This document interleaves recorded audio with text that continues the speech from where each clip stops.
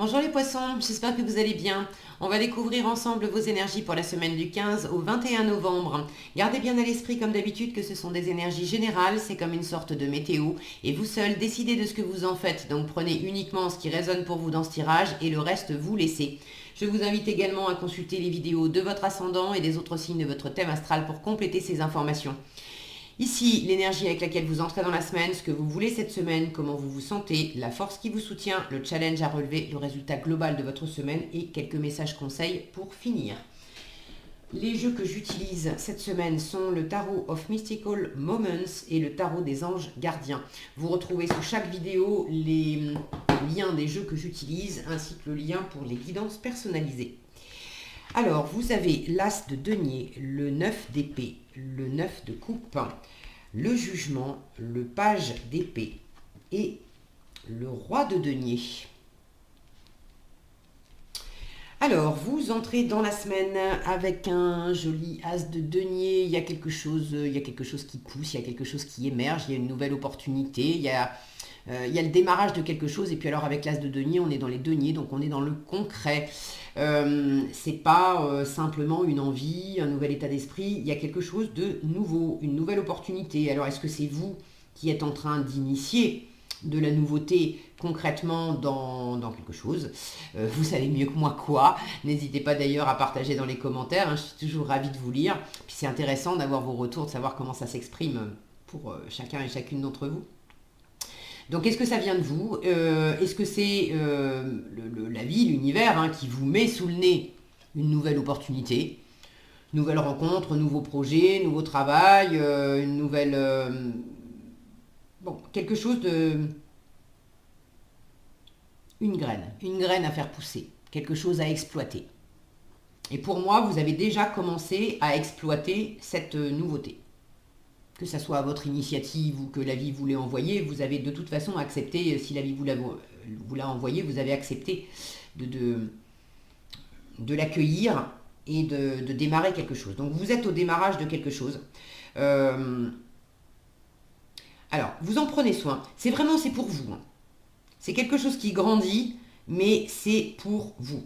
Pour vous faire du bien, pour vous reconnecter à vous-même, pour être... vraiment raccord avec qui vous êtes, ce que vous voulez, ce que vous valez, être amoureusement, il s'agit d'être avec la bonne personne. Et la première bonne personne avec qui vous avez besoin d'être, c'est vous-même. Et ça, vous l'avez compris. Vous êtes en... Votre état d'esprit, c'est le 9 de coupe.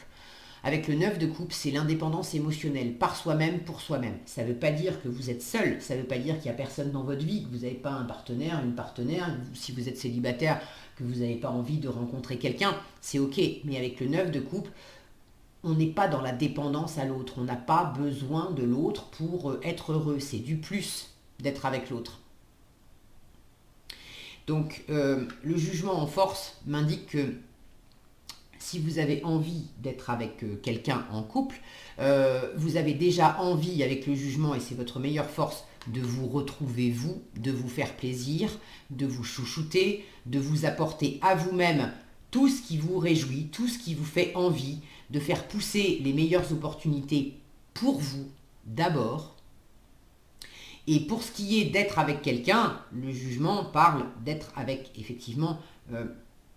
la bonne personne, il y a une notion d'évidence avec le jugement, de sentir que c'est une évidence d'être avec cette personne, de faire ce travail, d'être dans tel projet, de développer telle occupation. Il y a une forme d'évidence dans le jugement. Alors maintenant, en matière de relations, le jugement peut parler de relations karmiques. Et je suis toujours très précautionneuse avec les relations karmiques. Je le répète à chaque fois, une relation karmique, notamment amoureuse, ça n'est pas nécessairement fait pour être vécu sur le mode du ils vécurent heureux et eurent beaucoup d'enfants. Une relation karmique, c'est fait pour travailler sur soi, c'est fait pour comprendre des choses, c'est fait pour boucler des cycles, c'est fait pour nettoyer, c'est fait pour justement opérer une résurrection, pour revenir pleinement à soi-même, pour des fois pour arriver à développer cette énergie de 9 de coupe, là où avec cette âme particulière, qui peut être une âme sœur, qui peut être une âme jumelle, qui peut être... avec cette âme particulière, on a un contrat d'âme depuis des vies et des vies, où justement on se fait vivre et revivre sans cesse la blessure de rejet, d'abandon, de trahison, pour arriver à développer en nous ce 9 de coupe où on n'a plus besoin de l'autre pour exister, pour être heureux. On est sorti de cette illusion, on est sorti de cette blessure. On avait besoin de l'autre parce qu'on n'arrivait pas à s'apporter à soi-même assez de lumière, assez d'amour, assez de confiance. On ne s'accordait pas la valeur. On accordait plus de valeur à l'autre en fait qu'on en accordait à soi-même. C'est ça qu'on avait besoin de guérir. Donc pour ceux qui se sentent concernés par ce type de relation, j'ai le sentiment que ça va, vous vous êtes connecté avec cette valeur de vous-même, le fait de réaliser vos rêves, le fait de vous faire plaisir par vous-même, pour vous-même, et de savoir que si relation il y a, si on va plus loin, si c'est déjà par amour pour moi que tu sois là ou que tu sois pas là, je m'aime et je m'honore. Et ce que vous voulez, c'est justement dépasser les insécurités, les peurs, tous les moments où vous avez été dans l'insécurité, dans l'obsession, à vous inquiéter, à vous triturer les méninges, à pas endormir la nuit. Parce que c'était... est-ce que je vais y arriver? Est-ce que cette personne, elle va rester dans ma vie? Est-ce que ce projet, je vais le mener à bien? Est-ce que j'en suis capable? Est-ce que... Vous voulez vous faire plaisir, vous voulez arriver au bout. Là, j'ai 2 9. Avec les 9, on arrive à l'accomplissement de quelque chose. Avec le 10, on va complètement boucler le cycle et passer à autre chose. Donc là, vous voulez vraiment, vous êtes dans l'état d'esprit de vous faire pleinement plaisir. Et ce que vous voulez, c'est mais plus jamais je me prends la tête. Plus jamais je me mets dans les états dans lesquels je me suis mis précédemment. Le 9 d'épée, ça peut être beaucoup d'insécurité. On se torture, clairement, on se torture le mental. Donc il peut y avoir de la souffrance dans le 9 d'épée, mais ça peut être aussi une forme de pression mentale. Alors il y a quand même de l'inconfort qui va avec, hein, mais sans nécessairement être dans la souffrance, il peut y avoir une forme de pression mentale, c'est-à-dire qu'il y a quelque chose qui pousse, il y a quelque chose qui vous anime, on a tellement envie de réaliser ses rêves, on a tellement envie de se faire plaisir, on a tellement envie de répondre à l'appel, de ne pas se rater, que du coup... on n'endort plus la nuit parce que ce projet qu'on a, ce qui est en train de pousser, là, on y pense matin, midi et soir, on est obsédé par ça. Mais là, vous sentez aussi que le côté obsessionnel, c'est pas sain. C'est pas sain. Si vous voulez vraiment bâtir quelque chose, et là on est quand même dans la matière, pour bâtir, avec les deniers, on est dans le physique, dans le concret. Et qui dit physique parle de votre physique aussi, de votre corps. Que vous souhaitiez développer une relation amoureuse ou un projet professionnel ou autre, c'est quand même à travers votre corps physique que vous vivez votre vie et vos expériences et ce que vous bâtissez. Si votre corps physique, vous le fatiguez déjà à le priver de sommeil parce que vous n'arrivez pas à dormir, parce que vous êtes sans arrêt en train de penser, parce que vous... Là, il y a trop de charge mentale qui va épuiser le physique aussi, ça c'est pas bon. Donc en force, on vous invite à opérer du renouveau, à écouter clairement ce qui vous attire, ce qui vous appelle fort. Le jugement parle de résurrection, de renouveau, d'être vraiment à sa place, de laisser tomber tout ce qui est faux semblant, les masques, les armures, les protections, tout ça, non, ça marche plus. Et en challenge, vous avez un page d'épée. Le page d'épée, c'est quand même l'étudiant du tarot. C'est celui qui apprend des choses. Là, en challenge, j'ai l'impression que vous avez un peu de mal à... Il y a une leçon qui n'est pas complètement bouclée. Vous avez encore des choses à apprendre et un peu de mal à les apprendre. Il y a une prise de hauteur là. À travers de la connaissance, il y a une prise de hauteur qui est un petit peu difficile à faire. Je ne sais pas si je vous l'ai montré vraiment bien. Ce petit page d'épée aussi, c'est une énergie jeune. C'est un page. Et là, quand je le vois avec sa main sur le cœur, en train de regarder cette femme sur le jugement, c'est ça me fait marrer parce que quand je le vois, alors je vais vous les montrer comme ça, quand je le vois qui regarde cette femme qui est quand même magnifique juste à côté, j'ai l'impression d'avoir un petit collégien qui tombe amoureux de sa prof d'anglais, quoi. Alors, il est motivé à apprendre l'anglais, pas parce que ça va lui servir, mais parce que il trouve que la prof est trop belle. Et là, il y a un petit côté, je sens que pour certains, on vous dit attention, là où tu portes, là où tu as peut-être été obsédé, tous ces yeux-là, comme si vous aviez braqué votre regard et votre attention, pas forcément sur les bons éléments.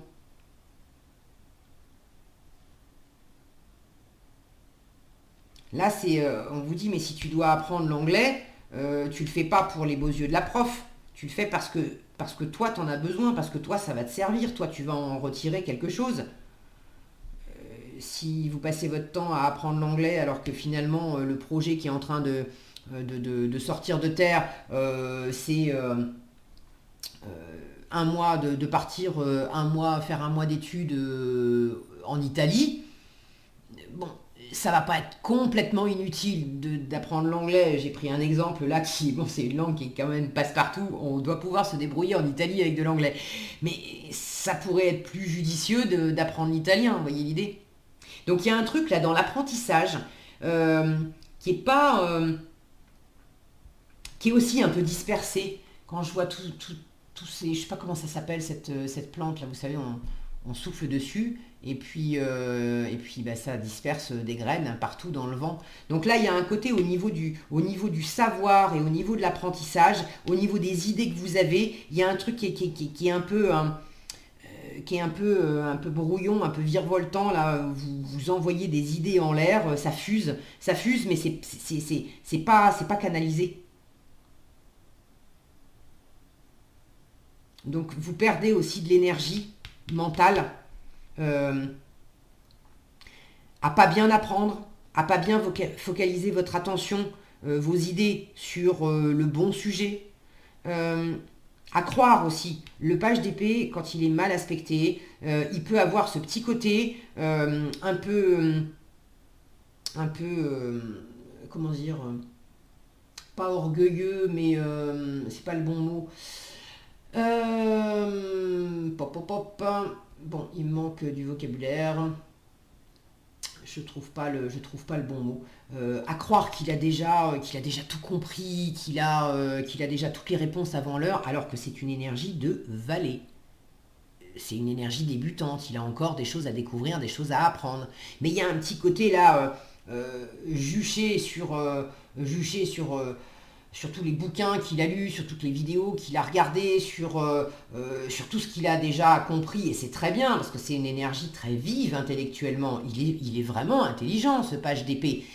Mais c'est un page, c'est un valet. Il a encore des choses à apprendre, il a encore de l'expérience à acquérir, de la maturité aussi à acquérir. C'est bien joli d'avoir plein de théories, plein de savoirs théoriques, mais il a peut-être rien mis en pratique aussi, et tant qu'il n'a pas mis en pratique, il croit savoir, mais il ne sait pas vraiment. Et c'est quand il aura les deux mains dans le cambouis qu'il s'apercevra que, ah ben mince, c'est moins facile que dans les bouquins. Donc il y a un petit côté là, ça peut être un petit côté, je me la pète avec mon savoir, je te dis que j'ai tout compris, ben non. Il y a besoin de s'y frotter. Mais ça aussi, vous le savez, vous le sentez parce que vous voulez dépasser cet aspect purement intellectuel.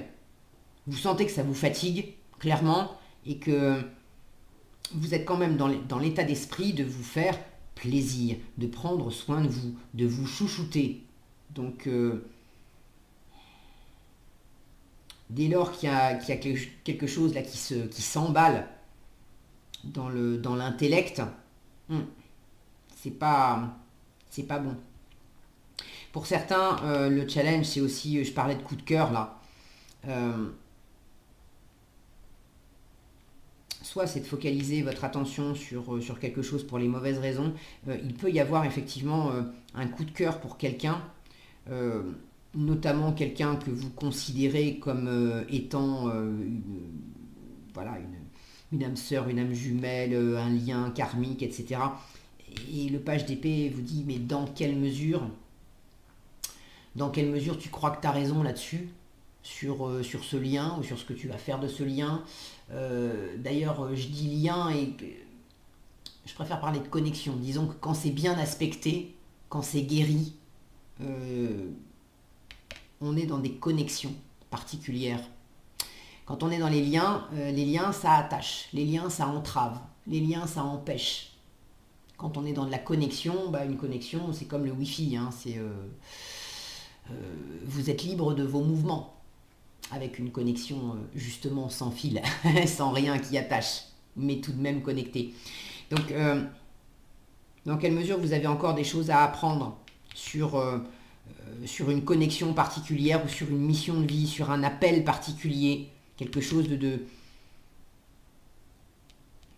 karmique, et vous croyez avoir compris, mais non, vous n'avez pas tout compris, vous n'avez pas tout appris. C'est un réglage à faire, ok? Parce qu'en résultat, avec ce roi de denier, là, j'ai beaucoup de maturité, j'ai beaucoup d'assises, j'ai beaucoup de construction aussi. C'est un investisseur, le roi de denier. C'est une énergie qui ne se trompe pas dans les investissements. Qu'il s'agisse d'investir de l'argent, du travail, de l'énergie, ou de l'amour, ou de l'attention dans une situation. Le roi de denier, il a cette faculté à prendre son temps pour savoir si effectivement ça va pousser, et ça va bien pousser, ça va lui rapporter.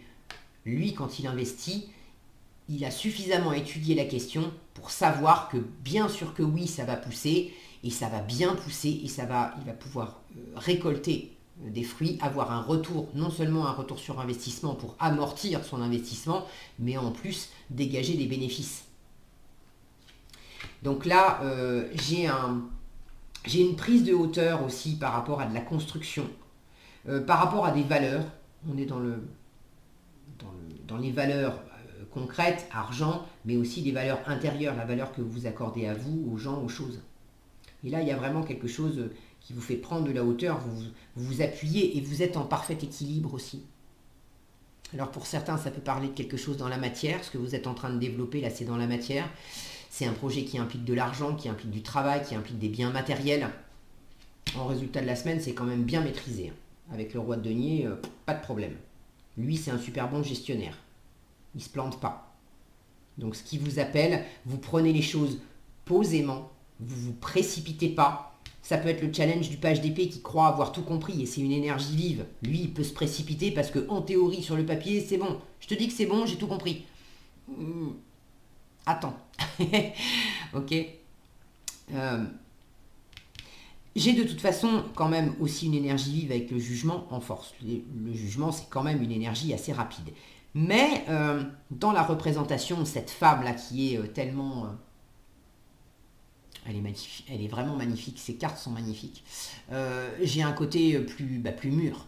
D'accord. Je vous parlais d'un petit étudiant qui tombe amoureux de sa prof d'anglais. Là, on imagine qu'il y a quand même il y a un peu plus de bouteille, il y a plus de maturité, il y a quelque chose de plus séduisant aussi. Donc là, j'ai aussi cette notion de bâtir quelque chose, pas parce que ça tient la route sur le papier, mais aussi parce qu'il y a quelque chose de très séduisant là-dedans, mais on ne se laisse pas berner par les illusions que c'est juste séduisant comme ça en apparence. On sent profondément que c'est fait pour soi. C'est aligné avec qui on est, avec ce qu'on veut, avec ce qu'on vaut.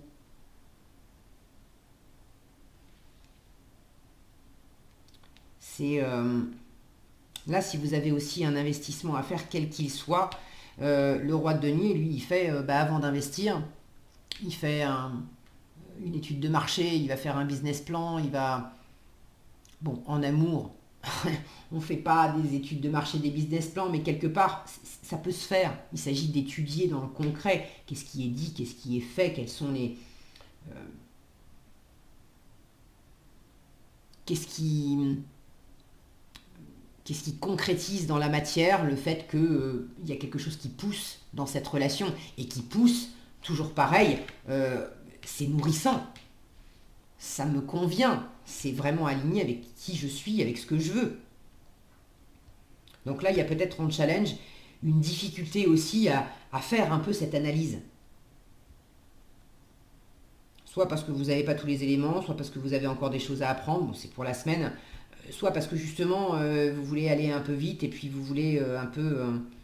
il y a un coup de cœur, alors j'ai l'impression, étant donné que mon cœur bat, je vais partir du principe que c'est forcément un bon investissement et que oui, je vais continuer dans cette voie-là. Et bien pas nécessairement.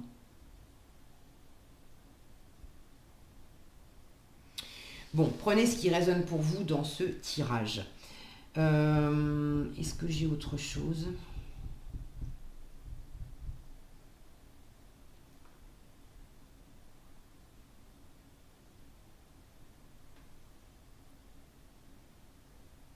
J'ai une part assez intuitive là, qui fait que on vous demande aussi de savoir mettre le mental au service du cœur, de l'intuition. J'ai un très bel équilibre entre le mental, le cœur, la matière. J'ai 2 cartes de chaque. En revanche, j'ai pas d'énergie vive, j'ai pas de bâton. Donc dans l'action, j'ai rien qui se précipite. Mais dans la préparation intérieure, vous prenez les choses lentement, posément, et comment vous les vivez intérieurement. Là, j'ai 2 cartes de mental qui croisent 2 cartes de l'intelligence du cœur avec l'intelligence plus intellectuelle. C'est l'intelligence du cœur, de l'évidence, de l'intuition, de l'intelligence de l'âme qui doit guider vos pas. Ok ? Allez, qu'est-ce qu'on a ici ? Le gardien de la pensée et ouvrir son cœur. Alors, ouvrir son cœur, c'est la carte des amoureux. On vous dit, laissez l'amour grandir et s'épanouir tout autour de vous. Depuis longtemps, vous attendez cela. Or, le moment est arrivé. L'évidence avec le jugement. Faites vos choix en écoutant votre cœur. C'est ce que je venais de vous dire, là. Privilégiez le cœur plutôt que le mental. Lui, il est fait pour être au service du cœur. C'est tout.